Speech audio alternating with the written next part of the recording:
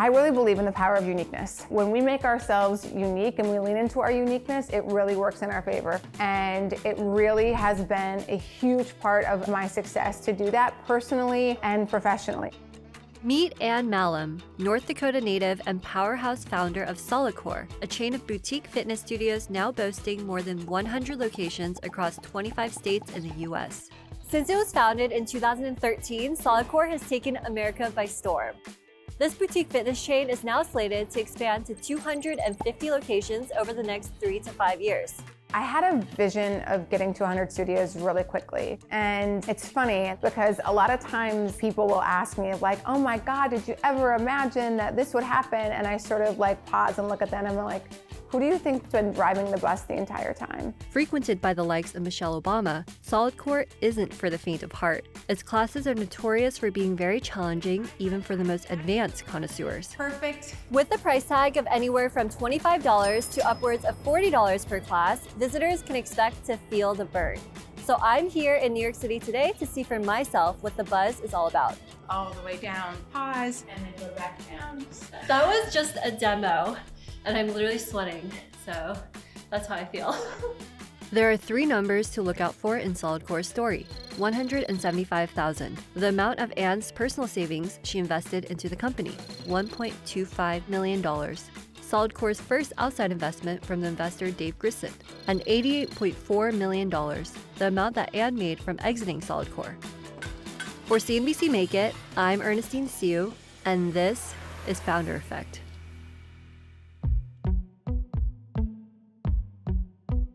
A lot of my drive comes from my upbringing. My parents separated when I was 16. My dad's an addict. He went through drug and alcohol recovery when I was really young. Unfortunately, addiction reared its ugly head with my father again with gambling. And for a 16-year-old kid who thought her dad hung the moon, I had a really difficult time with that. It really impacted me, and I spent the next few years of my teenage career trying to fix my father and being really angry with my mom, and that's when I became a runner, actually. I just sort of felt if I can just make impact or have a life that I am in control of and that I feel empowered, that I would almost escape feeling the hurt that I felt when I was a kid. So I think a lot of my drive actually came from fear. One morning in May of 2007, I ran by these group of guys outside the homeless shelter that I walked by thousands of times before. For whatever reason on that morning, they waved at me. And I remember looking back at them and thinking, why do I get to be the runner and those guys just have to be the homeless guys on the corner? Like, why can't we all be runners? And so with that idea, I just knew. I was like, oh my God, this is it.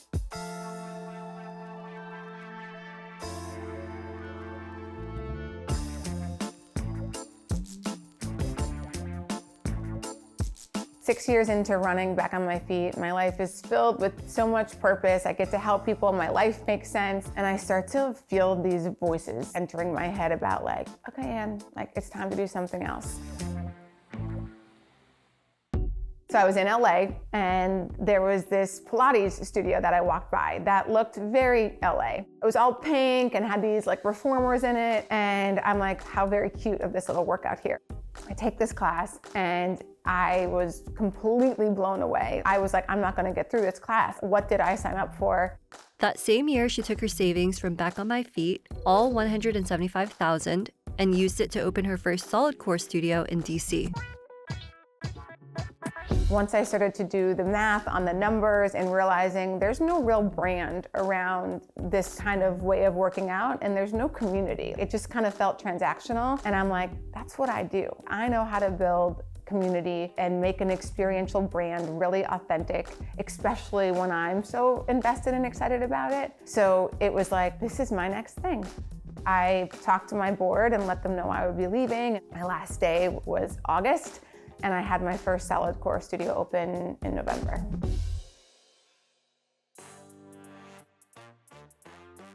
We were busy from the very beginning. People who came had the same reaction I did, which was what I was banking on, which was, what was that? And I never have done anything like that before. All those people started telling all of their friends and family and coworkers about it. And I was like, I need to get the power of momentum and I need to get another one of these open ASAP. I just kept reinvesting the profits of every single studio into the next studio. So you're just gonna bend your front leg, go all the way down to 90. I feel this, so I know you feel this. Yes, it's humbling. For Solidcore, business was booming. Just 1 year after opening their first location, Anne grew the business to 7 studios. In 2014, she decided to take her first outside investment of $1.25 million. So the first investment that I took was from my friend Dave Grisson, who was also on the board of Back on My Feet. He used to be an executive at Marriott. He just had this blind trust in me, and that's kind of what I was looking for. So I took his money, opened a few more studios. Once I got to 25, I was like, I'm kind of sick of opening like 1 or 2, like maybe I can get 30 of these open in a year. I feel like I have a little bit of my dad's addictive behavior in me, and I've just been able to channel it into building things. I love to build and create. I move fast and I make decisions really quickly, and I get bored kind of easily. So as long as I figure out a way to put my energy into something that's going to benefit other people and me, I've used that gift in my favor. Anne faced a legal battle against fitness guru Sebastian Legree over the original machines that her classes used.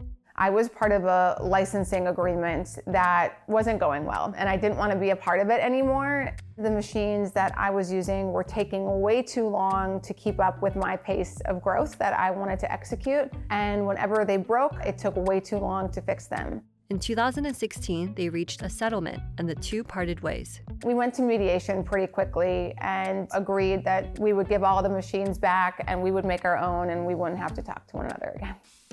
Following the lawsuit, Anne began to manufacture and license her own Megaformer machines. Did I know how to make my own machines? No, I had no idea. And it was way more expensive than I thought and took way longer than I thought it would take.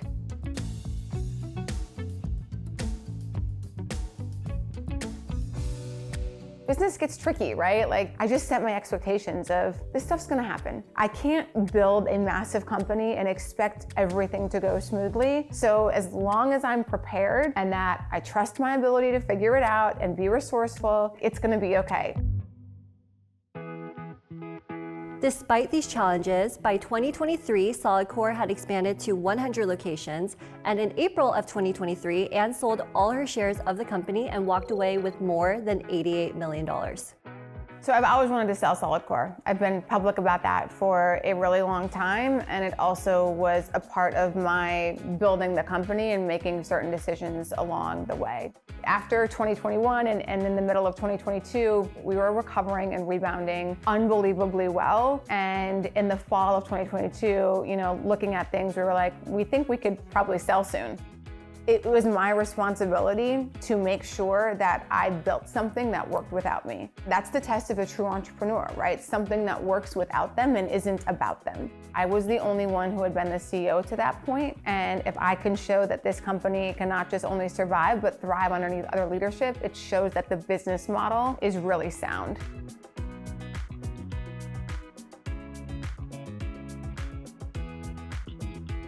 We were able to get an amazing deal done in April where I sold my shares and moved on from the business. It was like, this was what was supposed to happen, and I'm really proud of everybody who made this happen, which is why out of my personal proceeds, every single employee at Solidcore who was there for at least a year before we sold got a portion of my proceeds, because this wouldn't have happened without them. And there's one thing to say that, and there's one thing to show that.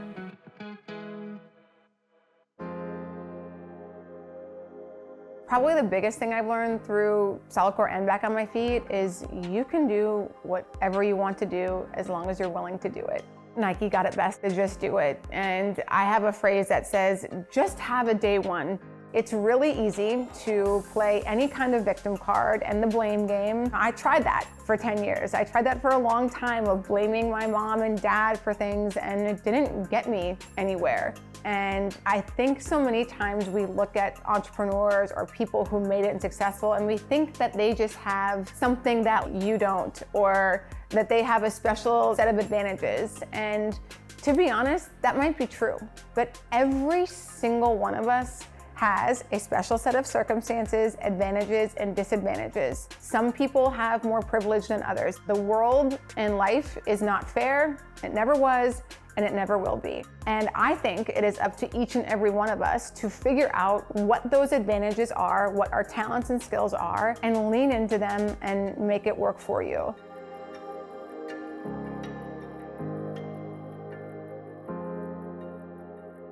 I will always be, obviously, Solidcore's founder, and I still take class. And so I still coach sometimes. I'll pop on the schedule.